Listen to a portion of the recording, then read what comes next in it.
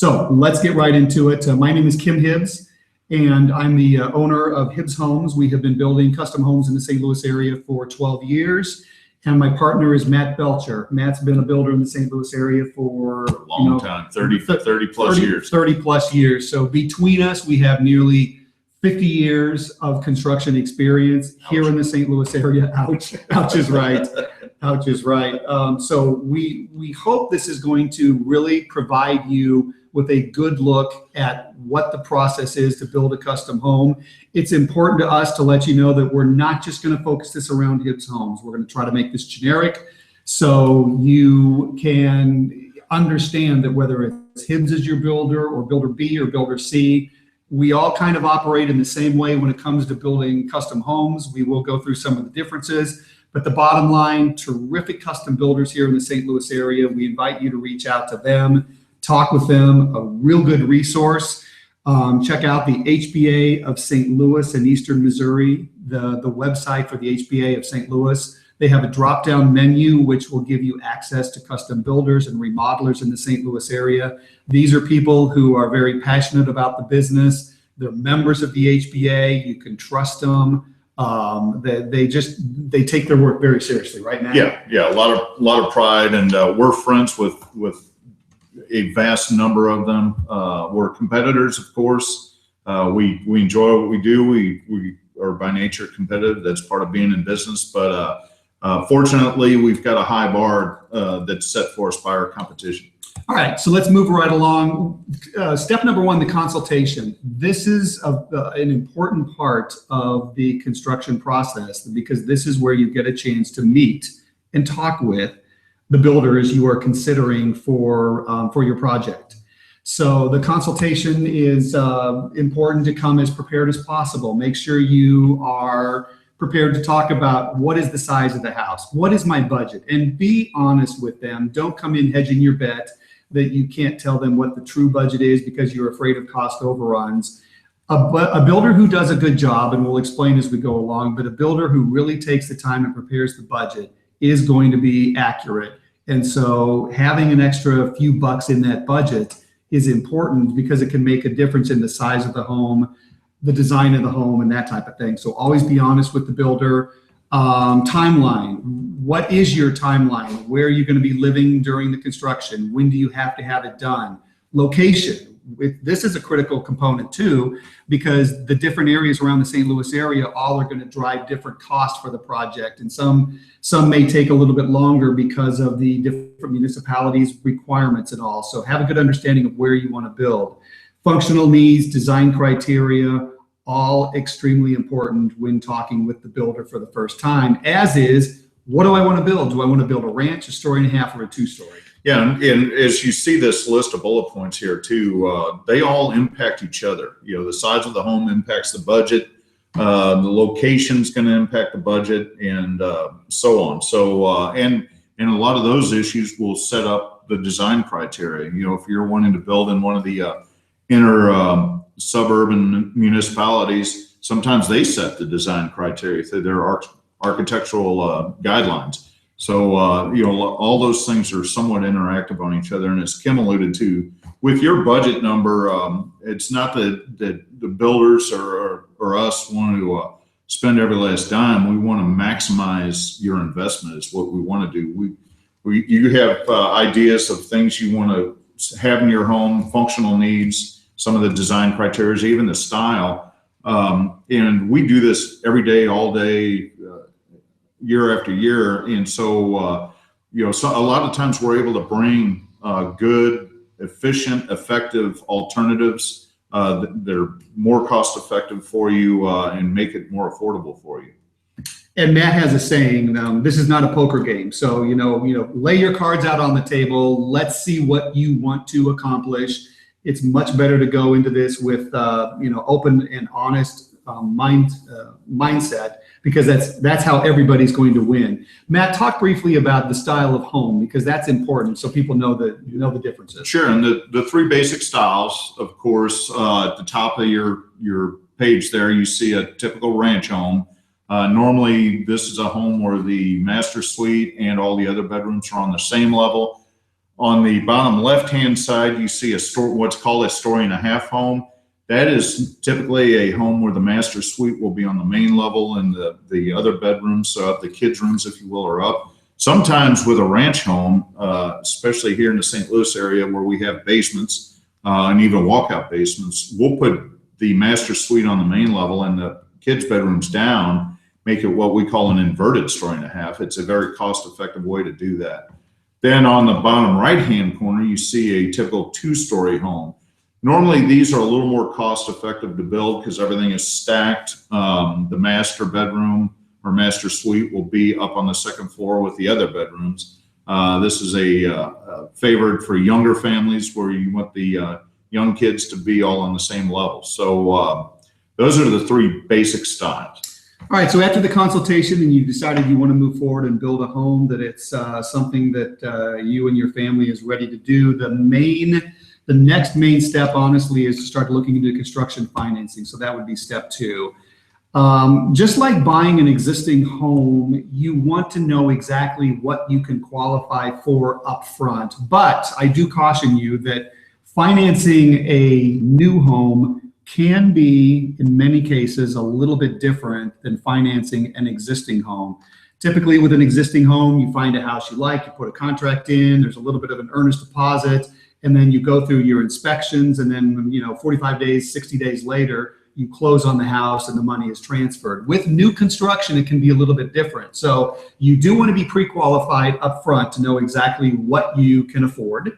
So whether you're working with what's called a production builder, those are builders who are developing subdivisions and building in subdivisions, or a custom builder, you want to know what you can qualify for so you can design the right size house or buy the right size house if you're dealing with a production builder. But one of the reasons it's a little bit different with a custom builder is a lot of times you're having to bring lots into the picture here, or possibly a tear down. So that's the reason that with financing a custom home, you do want to have your lending in place up front and understand that you may be purchasing a lot or a tear down up front before the design phase even begins. So talk about that, Matt. Yeah, and real quick, Amy had posted a question too about the cost of lots, how they may vary. And they will, used to be in the old days, you would drive till you can afford, and that's how we got sprawled out to the west and north and south of the metro area. And as you come back into the inner suburbs, sometimes lot costs will be a little bit higher. But you also have a lot of savings in transportation costs, the time that you don't sit in traffic if you're closer to your place of employment and things like that.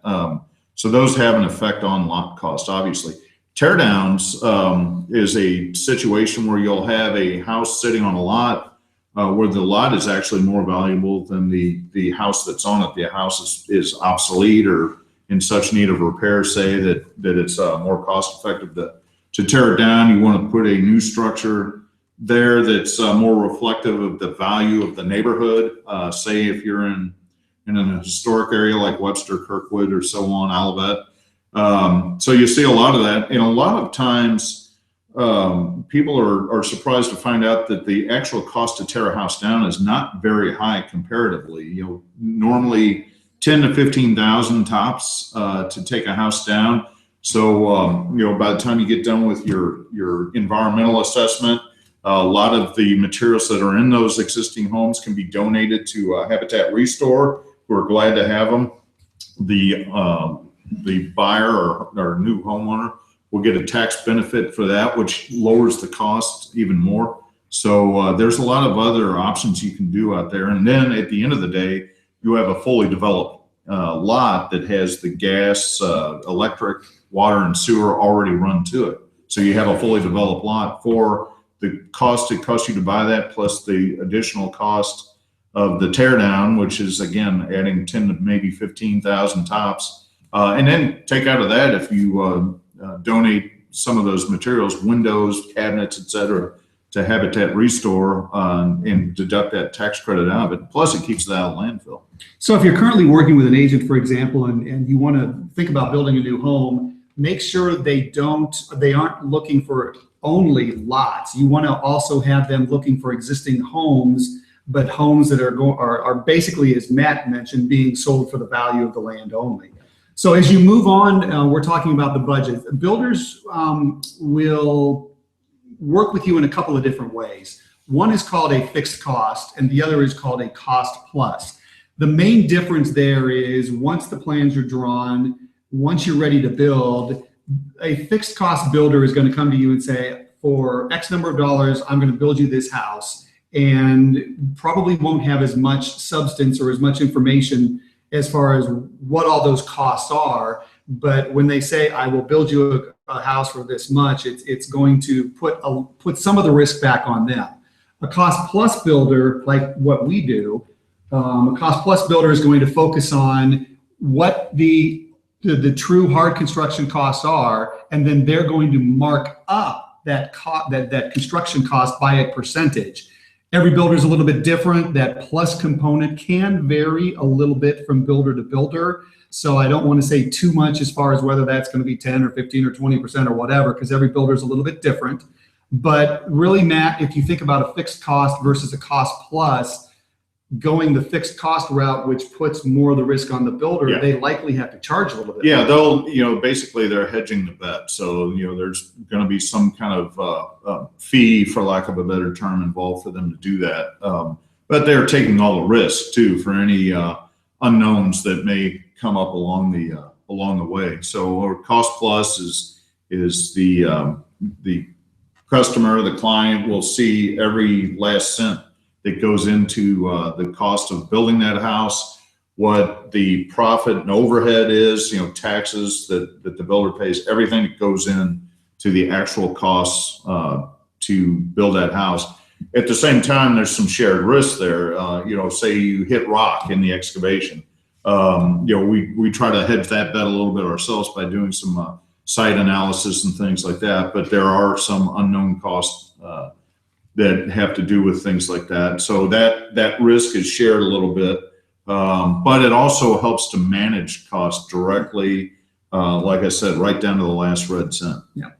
The disbursement process, most custom builders in the St. Louis area, you will be dispersing the expenses of the project throughout construction. Usually every 2 or 3 weeks, there'll be a disbursement for, so the people that are helping to build the house, the subs, the vendors, the builder, everybody are getting paid. So that's where, again, the loan process is a little bit different when building a custom home versus even building or buying a new home from a production builder.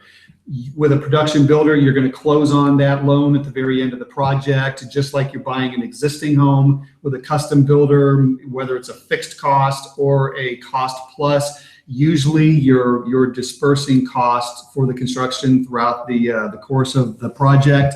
So it's something that's done over 5, 6, 7 months, depending upon how long it takes to build that house. Yeah, and it's a really straightforward process. It's frankly a little bit easier now than it was even a few years ago. There's lenders that we work with that know us, and vice versa. But that's, as Kim alluded to, the thing to do is get involved with a lender that has experience with construction lending. They understand all the ins and outs of it, and they can be a good advisor for you through that whole process too. Yeah, and it's important to remember that if you take out a loan for the new construction process, typically they're interest only loans throughout the course of the project. So you're only paying interest on the money that's being used to fund the construction loan. So it's not like you're taking out a loan up front, having to pay interest on it all the way through. One thing also often happens, a client will outright buy the lot that they're going to build on. And that is also part of the equity that the lender will recognize too. If they own the lot or whatever value they have in it, that's part of the equity that goes into the whole lending equation. So those are all things to keep in mind as you move forward. So, the real key to everything is being engaged with a lender that understands the construction process. Yeah. There's a lot of them out there, a lot of them. So. And they're all going to want you to become pre-qualified. Yeah. You know, they're going to ask you for your income, your employment, and savings for the project. So be prepared to give them all that information like you are going to finance this conventionally. Okay, so we've moved on from consultation, we've moved on to the financial information. Really at that point, once you have your budget set, you're going to be able to move on to the design phase, because the budget, everybody has a budget, right, Matt? Everybody has a budget. The bottom line is always the bottom line. We, you know, ourselves, we obviously can't build above that bottom line. We certainly want to make that bottom line as effective as absolutely possible. So get the most bang for the buck, which in the long run, and we'll talk about this as we move on, is just does nothing but enhance your investment. So as we start to talk about the design phase, there are some builders who are design build, and then there's other construction companies like we focus on. Is we do not have an architect on staff, so we are not a design build firm. Design build firms have their own architects on staff, and they'll take you from the design of the home all the way through the construction. Not too many design build firms, honestly, here in the St. Louis area. What we prefer to do is we treat every project as an individual independent project, because every client's different, every project is different, the style of the house is different, the personality of the clients are different. So what we do is we take all that into consideration, and we recommend or refer 2 or 3 architects for every project, and help our clients interview the architect to figure out which is going to be the best fit for them. Yeah, absolutely. And you know, personality, it really, at the end of the day, is a big thing. You know, you just need to be able to communicate what you want. You know, basically you have an idea in your mind of what you want your house to be, and to be able to communicate that with an architect is huge. So you have to have the comfort level. And also, you have to look at it from a price point too. You know, it's the architect becomes part of our team as we move forward, and as you know, the client is, and then all our trades. And depending on what type of a custom home, what types of things are in there, will also depend on our team that we have, our bench, if you will, of subcontractors and trades that we use. And before we talk a little bit more about what's going to be important to tell the architect, there are a couple of different ways you can approach the architect-builder relationship. For example, you may have heard the term competitive bidding. Sometimes people do prefer to go out and select an architect to design the house and then put it out to what's called competitive bidding or competitive bids.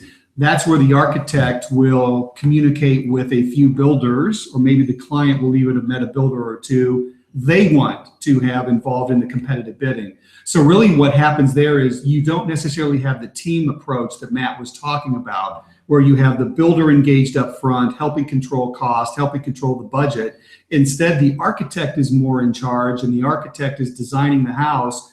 When it's ready, the architect then sends it out for a competitive bid, and builders will decide, am I going to bid on it? If so, they'll turn in basically just that. Here's how much I will build your house for. The architect sits down with the client, their client, and decides which builder they're going to go with. It's done commonly, Matt, right? But not necessarily the best way to go. It's done commonly, but it's a very generic way of doing things, where builders are typically engaged in the market every day. We buy materials, we pay for labor and things like that every day, so we know what things cost on a day-by-day basis. And we also bring some flexibility into the design too. You know, you come with a set of plans, we price it out, we can price exactly what it is, and you're going to have other competitors price it out same way, so you have an apples to apples comparison. But you know, where most builders are going to be hesitant to offer alternatives and cost-effective solutions, because they don't want their ideas or their advice shopped at that point. So and once those things come to light,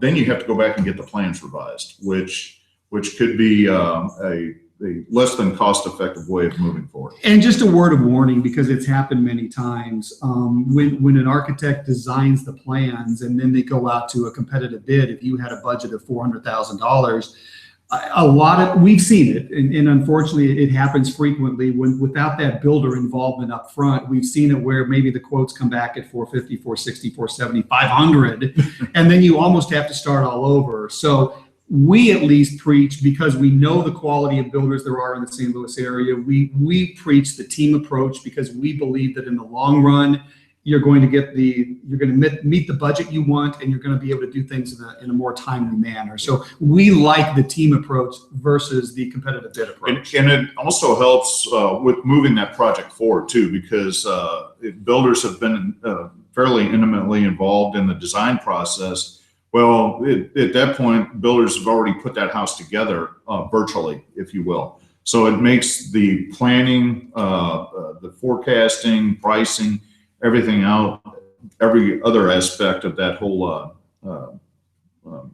project more time effective, which time is money too. Yeah. So it's more cost effective. So when you meet with the architect, when you select the architect and meet with the architect, it's very important to give him or her ideas as far as what you're looking for. We talked about some of the styles of the home. What is your favorite style? What do you want to build? Ranch, story and a half, 2-story. Inspiration. They love to see pictures. They like to see examples of what you're looking for. It's only going to make the process go more quickly and be done better, because they'll be able to take those inspirations and translate them into the plans. What are your requirements? Matt talked earlier about, do you have any kind of requirements as far as hallways, bathrooms, accessibility? All that information. Don't think that you can overwhelm architects with information. The more information you can give them, the better. Great places to get some great ideas, whether it's our websites, other websites. We are extremely active on house.com. There you see where you can connect with us there. Really, all builders, all remodelers are. It's a great way to get some inspiration. Pinterest, magazines, newspapers, cut pictures out, put them in a binder, bring them to the meetings. And then what do you like about your friends and family's homes? Everything there is a way to really kind of kick things off. Yeah, and even a lot of our clients are coming from homes they lived in. There's things that they like about them and things they absolutely hate that they do not want to have in their new home. And those are good starting points too. We can take something that you really, really have to have in that home, and that's where we start everything. We put that in there and then build the budget and the home around that. So there's basically 3 phases of the architectural services. One is schematics. That's where you're basically, a lot of maybe even some drawings around the table, hand drawings. That's kind of where you start to lay out what you're looking for. Design documents takes it to the next step where they put everything into the computer. You'll start to see the elevations or the exterior of the house come to life, and then they'll start putting dimensions on everything. We, Hibbs, will take those design documents and we'll turn them around and get quotes. We'll try to pinpoint that budget after that design document stage, just to make sure we're on track. The final stage there is really the construction documents. That's the meat and potatoes, where you take those documents, you get it permitted, you get your final budget put into place, and that's what you build the house off of, are the construction documents. Yes, yeah, and getting back to the very beginning, many a great project is started on the good old bar napkin. Even Southwest Airlines was started on a bar napkin with Herb Kelleher in their original board. So, the simplest little layouts are where things start, and then we move forward through the process there. And as you step forward and perfect that design, we can apply numbers to it, and the builder will start crafting the budget as that design progresses. And as Matt is talking about progression, we're going to progress on to step number 4, which is really when we start getting down into the meat and the potatoes of the construction process. And I know a lot of people always have some questions about how long does this process take? Here's some general guidelines. Obviously, for the larger homes that are being built, your construction time is going to be, can be double, can be even triple if you build a really large home. But for most 22, 24, 2,500 square foot homes in the St. Louis area, which is about average, this is a timeline that you're looking at. It can take a month, maybe even 2 or 3 months to find the right lot. Because honestly, right now in the St. Louis area, unless you're looking out in the St. Charles County out west, maybe Jefferson, Franklin County, Lincoln County, it can be difficult to find lots in this inner corridor, this inner ring of the St. Louis area. So finding a lot can take, at least a month, if not more. Then the design process, and we have ARB, which stands for Architectural Review Board. Most municipalities are now requiring that the plans that the architect draws go through an architectural review board and be approved for the aesthetics of that house. So the design process, architectural review board, that can take another 2 or 3 months. Budgeting and financing, we are typically working right along with the design phase. So we're budgeting as we go, but to put that final budget in place and to get your financing in place with the lender, that's another month to 2 months. Permitting, then we're down to a couple of weeks, maybe a month at the longest, and then construction can begin. So what we generally tell people is you're looking at a minimum of 9 months from the time you decide, I want to build a house, until you move in that house. You're looking at a minimum of 9 months. More realistic is probably a year. Yeah, and that's correct. And the better the planning stage, the more effective the construction stage is too. As you work from the schematic part of your plans all the way through the design, budgeting, putting the numbers together, the more tied down and the more information we have up front, we can get materials ordered, make sure that they're available when we need them, and it really helps speed the construction process. And also in the lot acquisition stage too, we have people contact us all the time, are looking for a lot, and we always tell them that we promise them they can hang up right now and go out and pay full price for anything. That's always a constant. But also we try to focus and find a values. There's deals to be had out there. You just got to be a little bit patient to look for them. But you can do that while you're going through the design stage. Get some basics. What type of house, story and a half, ranch, or so on. And then once we find that lot and get it tied up, then we can finalize the design to that lot, which is hugely important. And that helps us not only make the house more effective as it sits on that lot, but also helps us get through the architectural review board too, because we can design to that neighborhood. All right, so let's talk a little bit more about general pricing information, because I think this is a subject that many of you are going to want to really learn about. Lot costs can vary greatly in the St. Louis area. I mean, you can go out west, down south, up north, and you can find a piece of land for probably $25,000, $30,000, $40,000, $50,000. But and Matt discussed this earlier, the closer you move into that inner ring and the closer you move into some of the real hot areas like the Kirkwood, Webster, Brentwood, those are extremely hot areas right now. You could be paying as much as $2 1/4 for, a fifth of an acre. So those costs are going to vary greatly depending upon where you want to live. But it's just a matter of as Matt mentioned, convenience, location, everything going on. So lot cost is going to really determine what you ultimately can afford, because historically, Matt, what are the percentages someone should look to pay for a lot compared to their overall construction cost? Usually for your own home, typically no more than 25%. Closer to 20%, the better. But if it's a place you want to be that is receptive of the style of home that you want to put on there, 25% is a good rule of thumb. Maybe cheat it up a little bit. If it's something, you just found the dream lot. We've had this happen where a lot has become available and it is absolutely perfect. Well, at that point, it's worth going a little bit higher. But maybe 30%. Yeah, maybe 30%. If it's where you're going to be for an extended period of time, especially because typically those are going to do nothing but go up in value. Right. So it's a good investment still. You got to keep in mind, we look at it from an investment standpoint, from your investment standpoint. Right. And I can tell you too that if you're looking for a 1 acre lot, kind of in that central corridor in the St. Louis area, whether it's Clayton, Ladue, Creve Coeur, Town and Country, those lots are now going for $450, $500, maybe even a little bit more. And those are an acre plus lots. Yeah, which is an anomaly in a lot of those areas. But one of the things we've seen, we had the economic downturn that started in 2007, 2008. Up till then, you saw, again, a lot of people moving out further. It was cheaper to build out. But the issue since then has really become transportation and the infrastructure. It costs with fuel costs and everything else.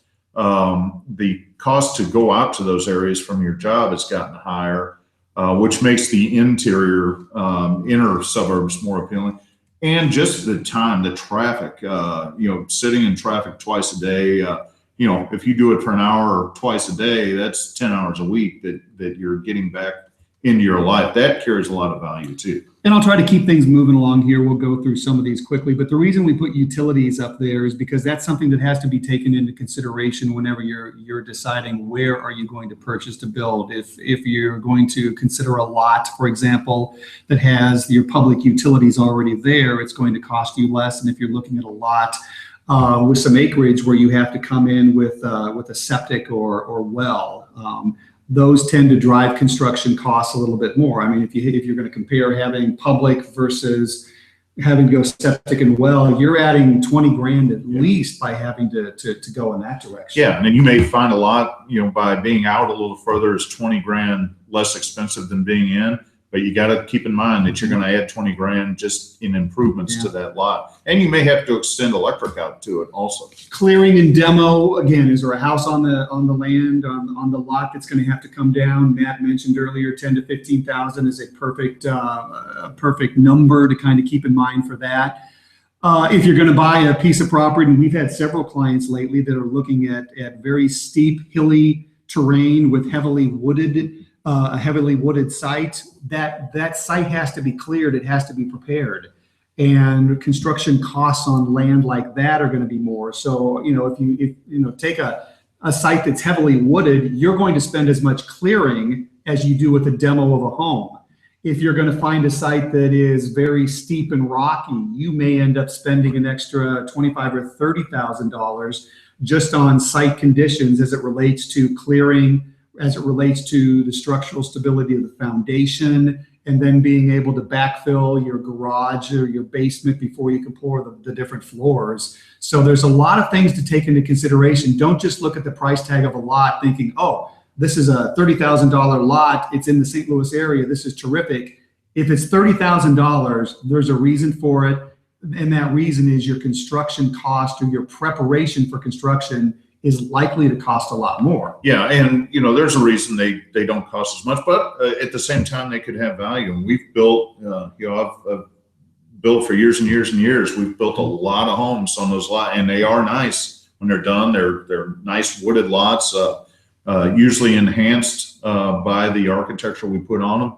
And there's a lot of value there also, but just keep in mind the external costs that go with those. And this is where we had alluded a little bit earlier about understanding the style of the home, ranch versus story and a half versus 2-story. Believe it or not, those homes do cost, if you're going to compare them on just a cost per square foot basis, or even the overall construction budget total, it costs more, Matt, to build a ranch than it does a story and a half. And believe it or not, a 2-story home is more economical to build compared to the other two, correct? Yeah, it is by rule of thumb. Usually a ranch home has a bigger foundation underneath it because you're accommodating the larger floor plan that is the main level with the master suite and the bedrooms all on the same level. A story and a half has a little smaller footprint or foundation, but you are going up and you have the bedrooms a little spread out.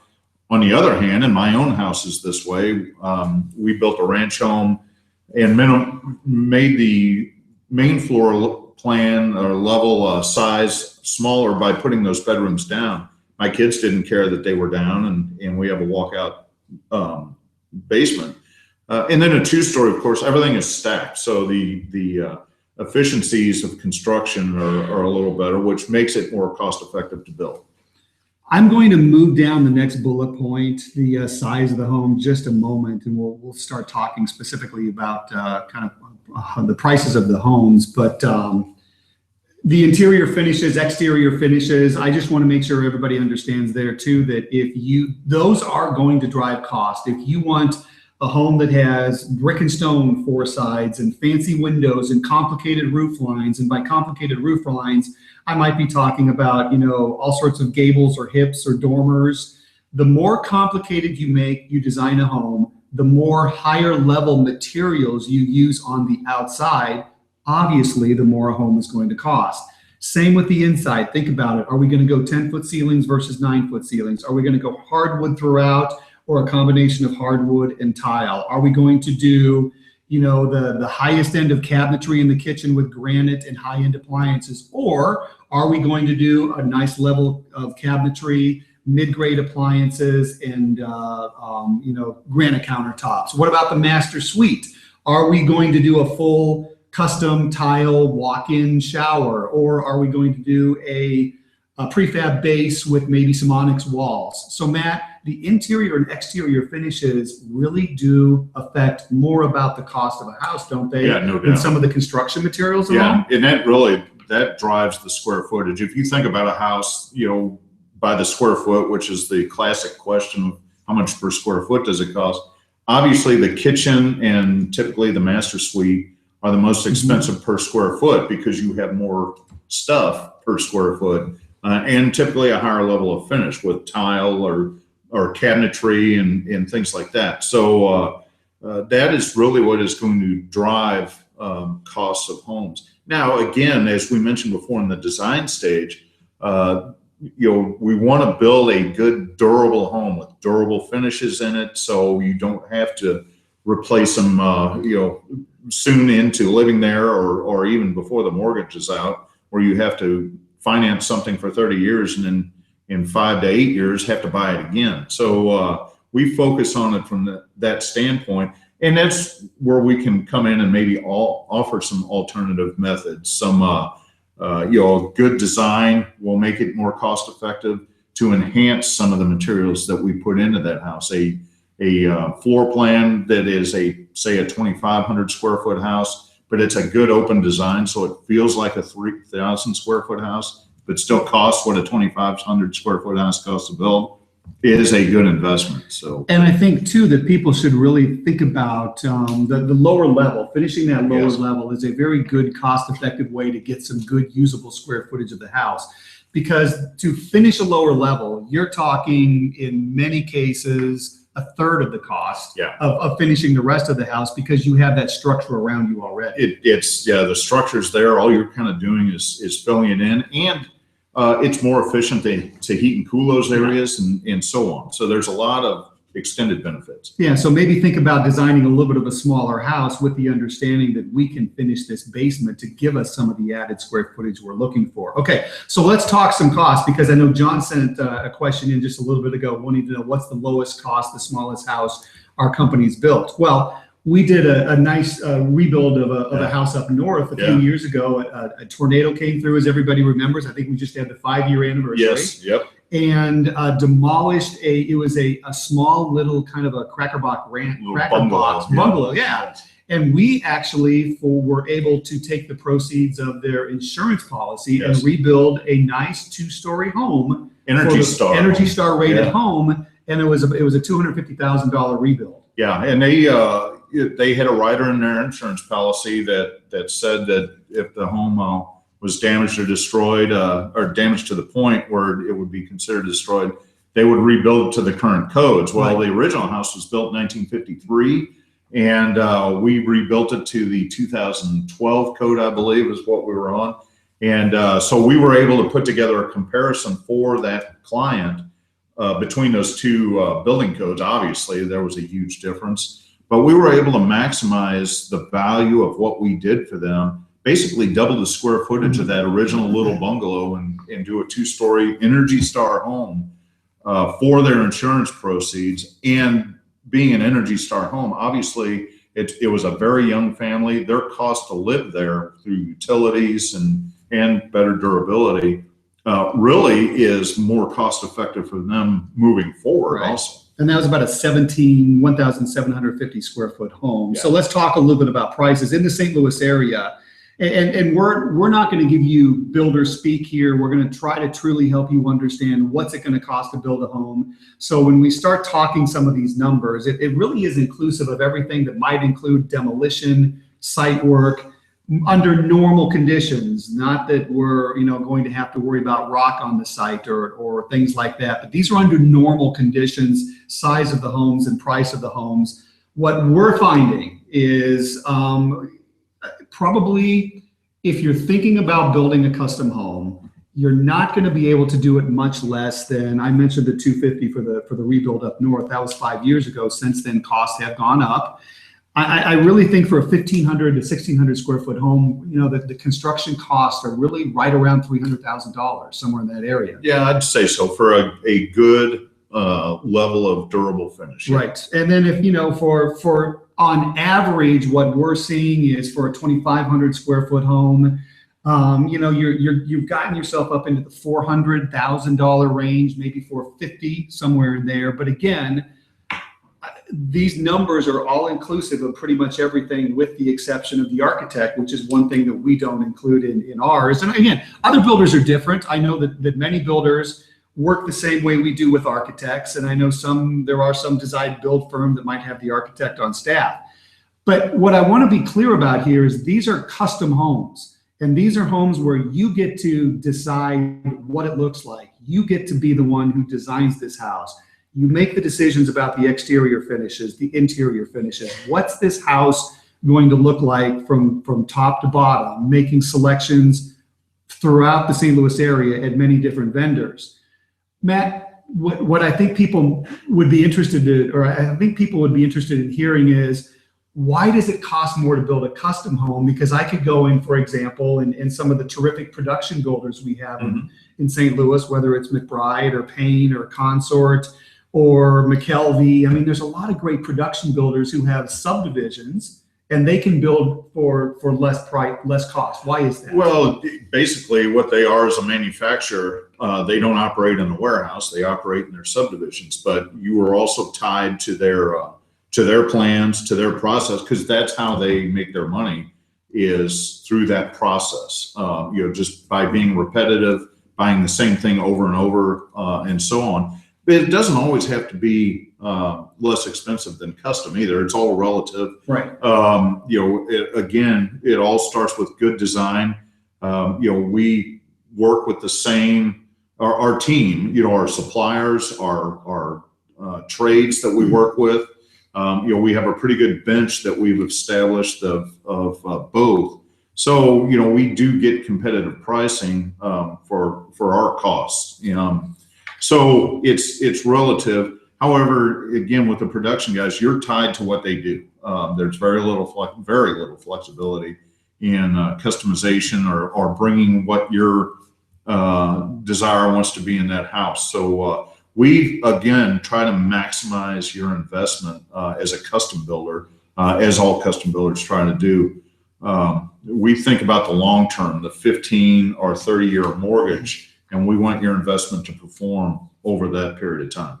Yeah, and the one thing I will say though too is obviously Matt and I know many of the production builders. They do a real good job. So if you're thinking about building and maybe don't have the budget for a true custom, I would recommend checking them out, see what they have to offer, because that might be a lower cost opportunity for you to get that new construction you're looking for. Yes, yeah, and again, you're tied to, they all operate all over town, so you're tied to different where they're at. And I know we do invite people to make sure you ask questions as we go along. As a matter of fact, I believe Anthony has a question. Matt, I'm going to leave this one up to you, okay, because I think you might have a better handle on it. Yeah, Anthony's question: is there a figure or rule of thumb you can use to estimate framing materials and costs? The basic framing materials and things like that are a little bit easier because they're a constant.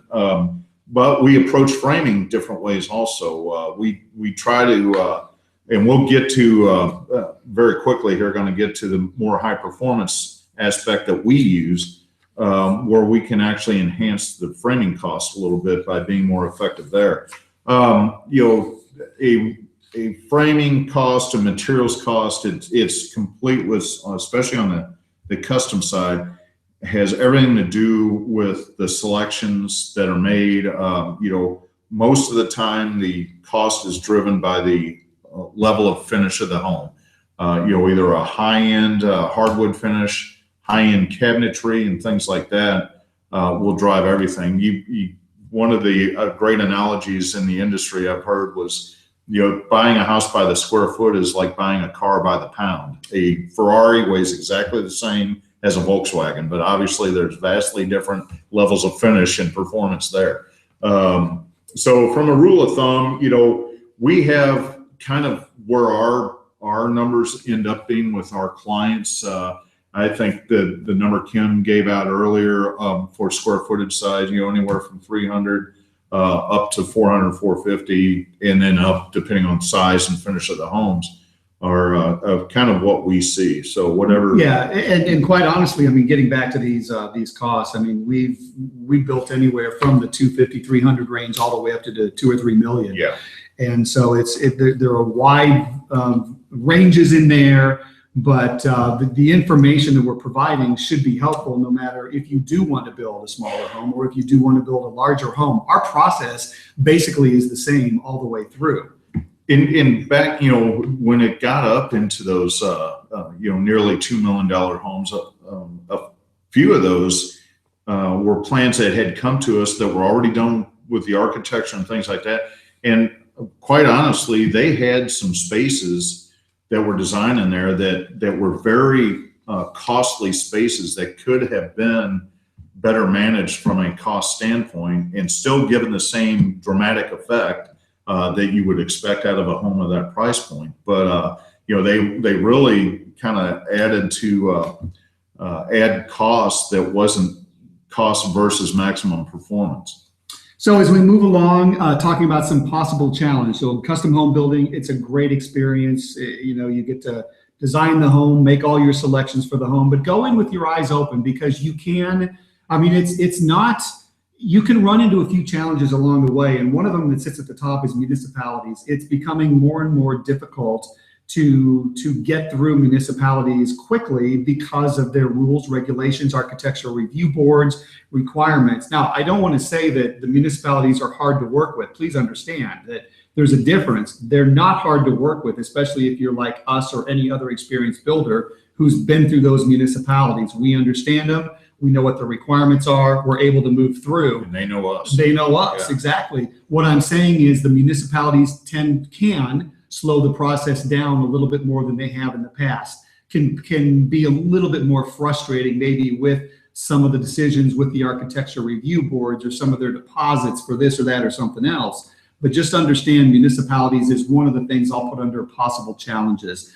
Unexpected costs, soil conditions, that kind of goes hand in hand, doesn't it, Matt? Oh, absolutely. Obviously we don't necessarily have X-ray vision that looks down into the ground, but through experience and just being in different areas of town, we have a pretty good understanding of what soil conditions are, where rock is. I've in the past had lots where I guaranteed the client we would hit rock. And we didn't. We hit bad plastic soil, though, which is almost worse. Yeah. So, you do have those unforeseen conditions. We try to kind of hedge the bet a little bit there. We may go in on a especially tedious situation and maybe do some soil sampling. We'll just, come in and spend a couple hours and dig a few holes and find out what's down there. We've done that, and it really helps with the design and sets cost expectations up front for a very, very, very small investment. And you mentioned cost, depending upon the size of the home. If you do run into some rock or bad soil for a smaller home, that can add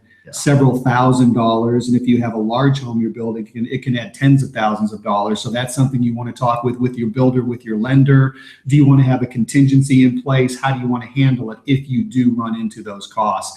Unique plans, the reason we included that is because as a custom home, this is the first time these plans will have ever been built. And while they look great on paper, while the architect designed them, while the municipality or St. Louis County approved them, you don't know, there still may be an area that doesn't come together quite like you would think. So working with plans for the first time can add possible challenges. Weather, we cannot, as everybody knows in the St. Louis area, we cannot control Mother Nature. Whether it's rain, whether it's ice, whether it's snow, whether it's heat, those will all affect the construction timelines.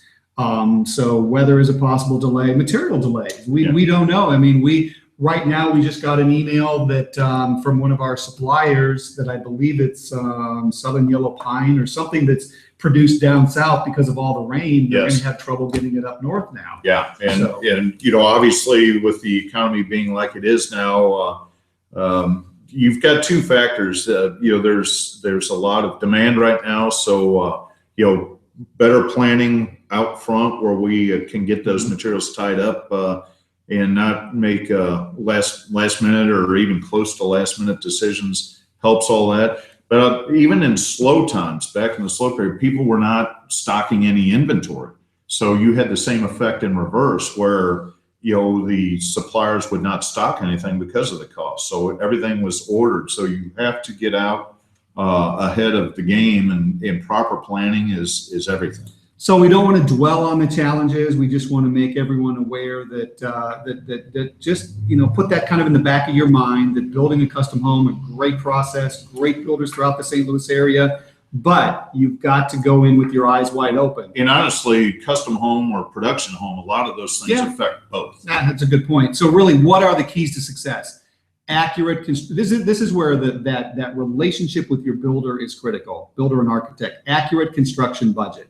Make sure that budget is spot on, that you're comfortable with it, that you're confident with it.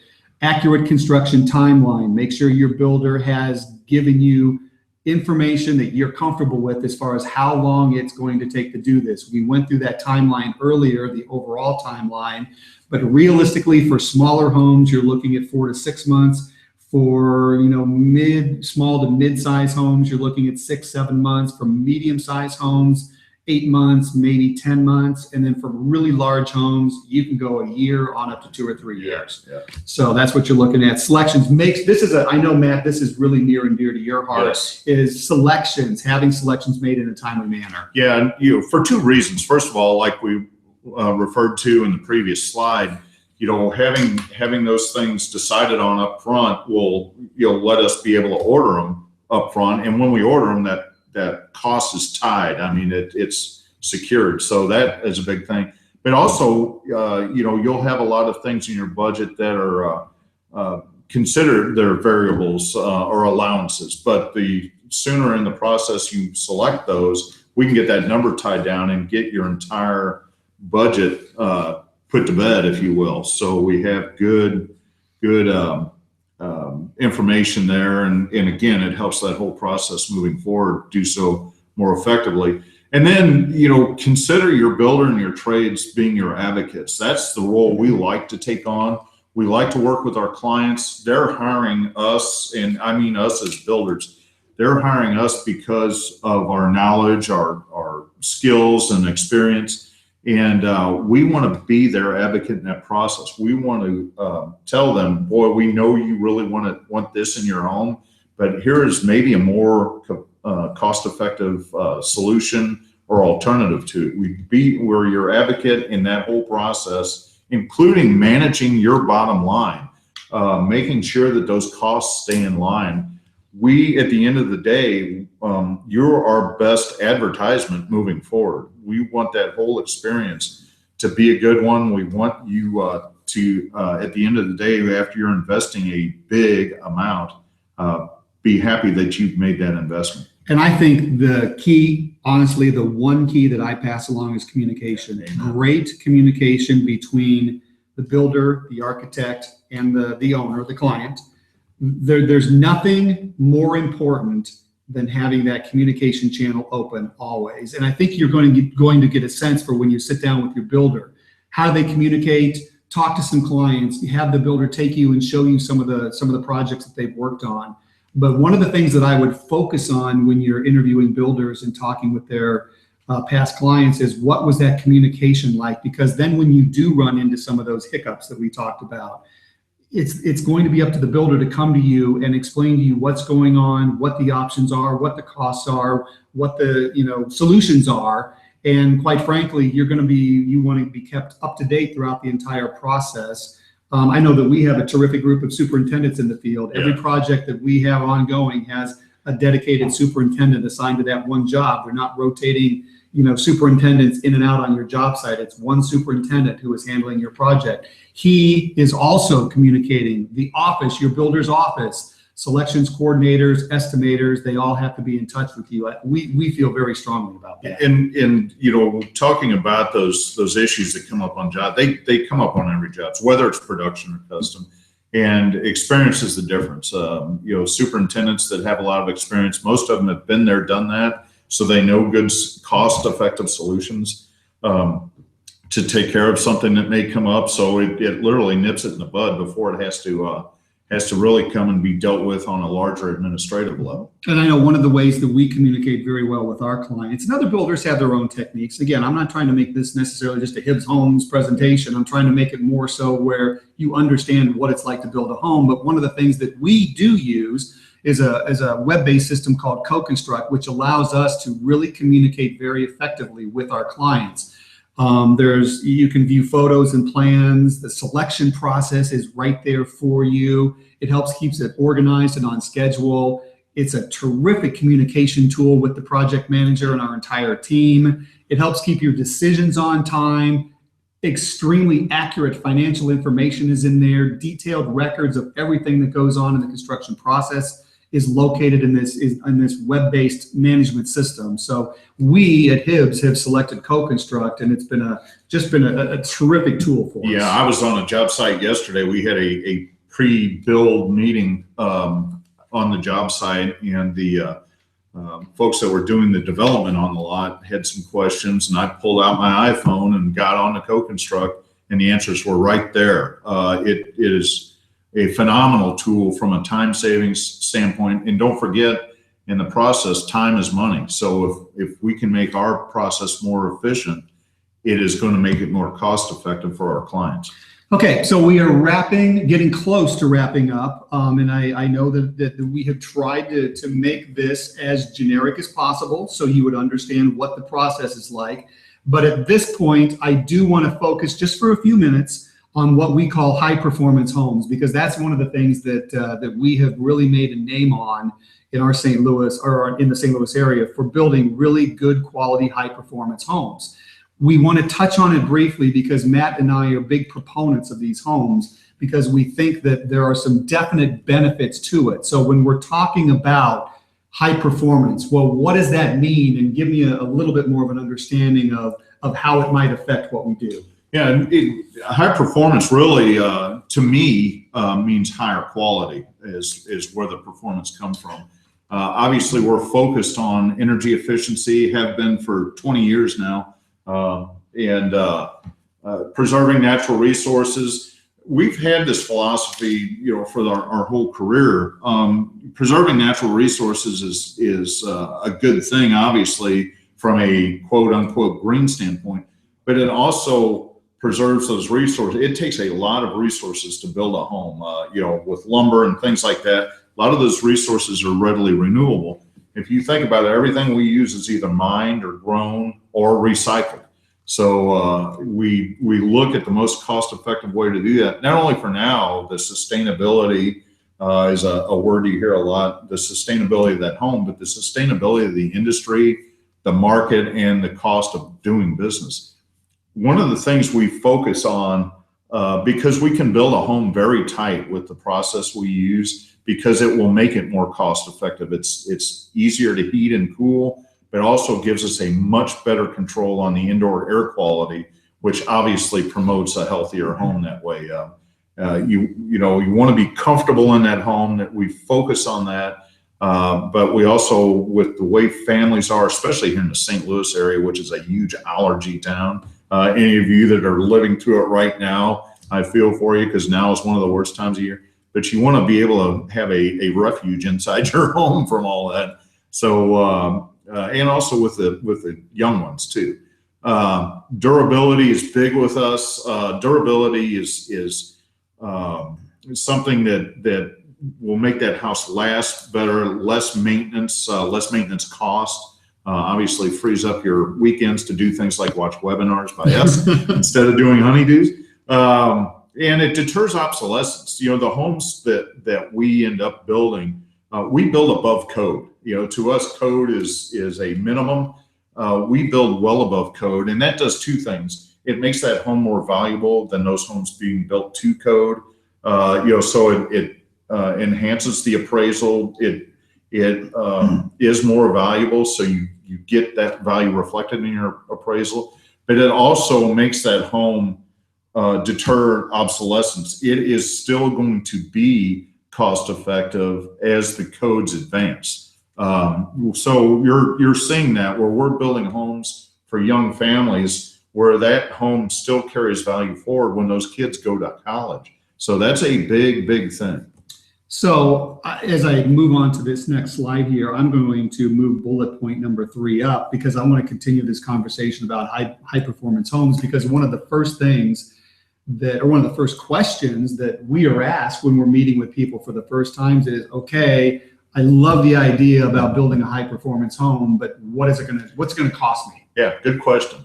I'm glad you asked it. We have kind of hit on this as we've gone through this webinar today. It doesn't have to cost more money. Two things.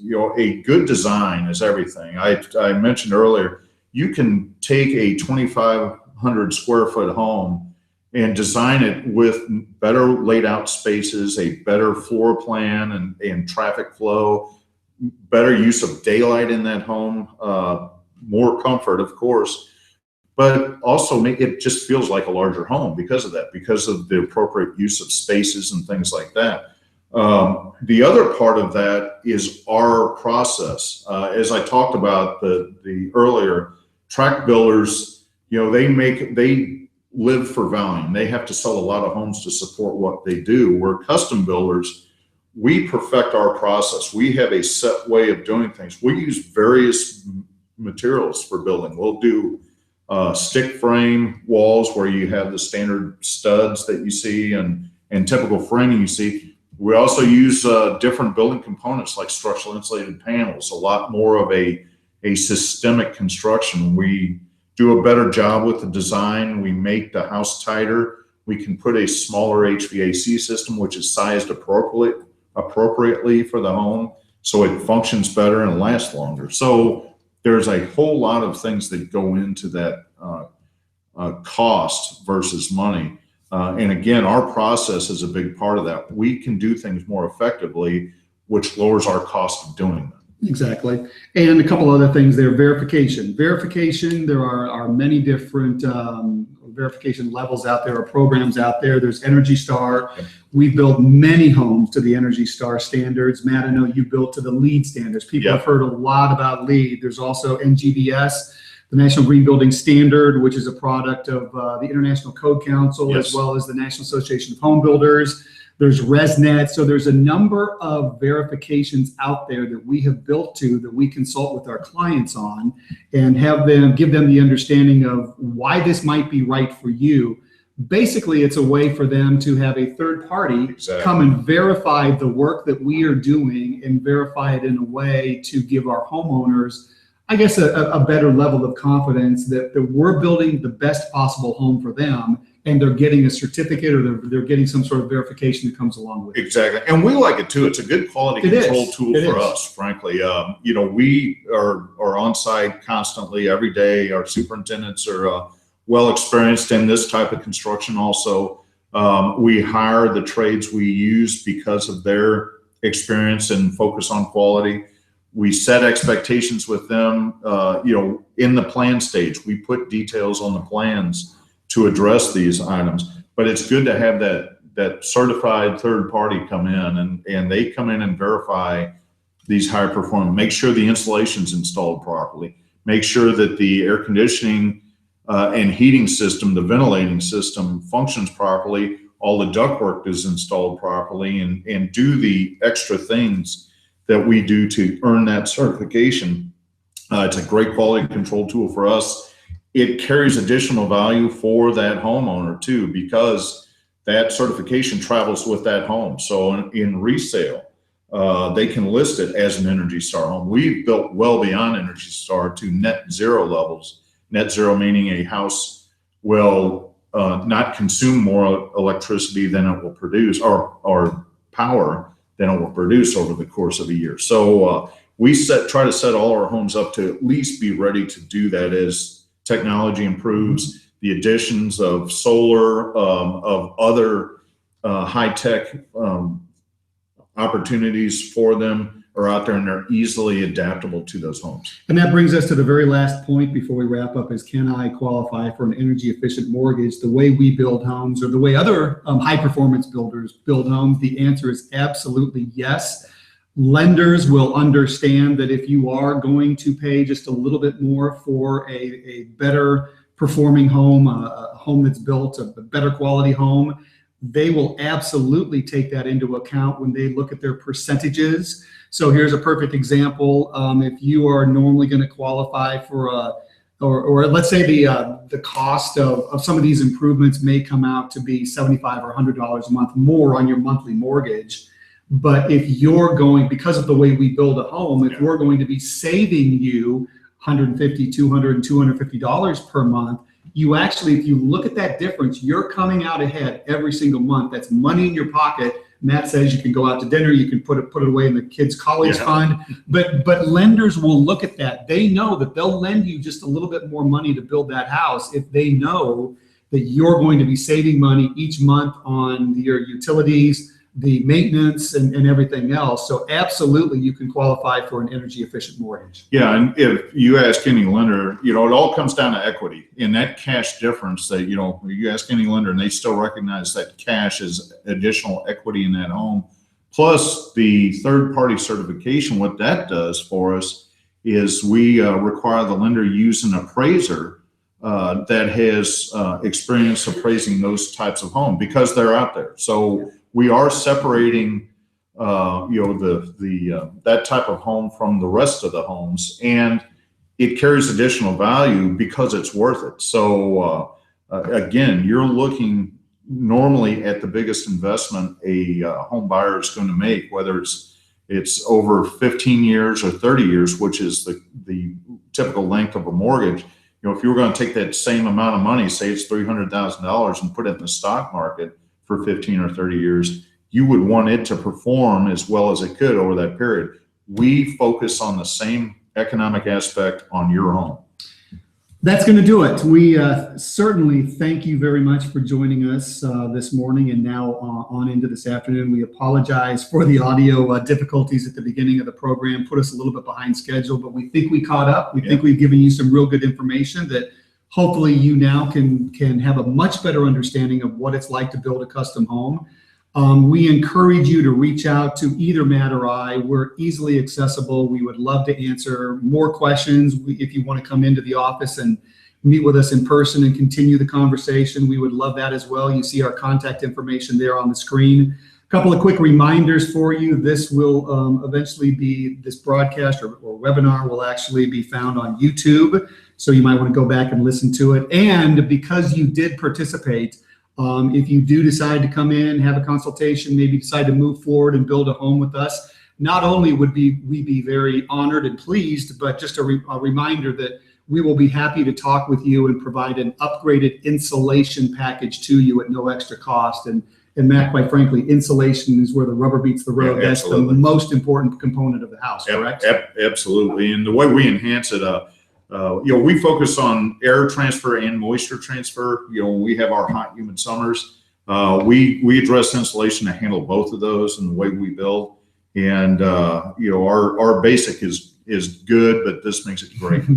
Again, thank you so much for your time. Enjoy the rest of the day, and hopefully we will run into you sometime down the road. Well, good. And quick thanks to that's right, Taylor for helping us out. TT, Technical Taylor. Have a great day.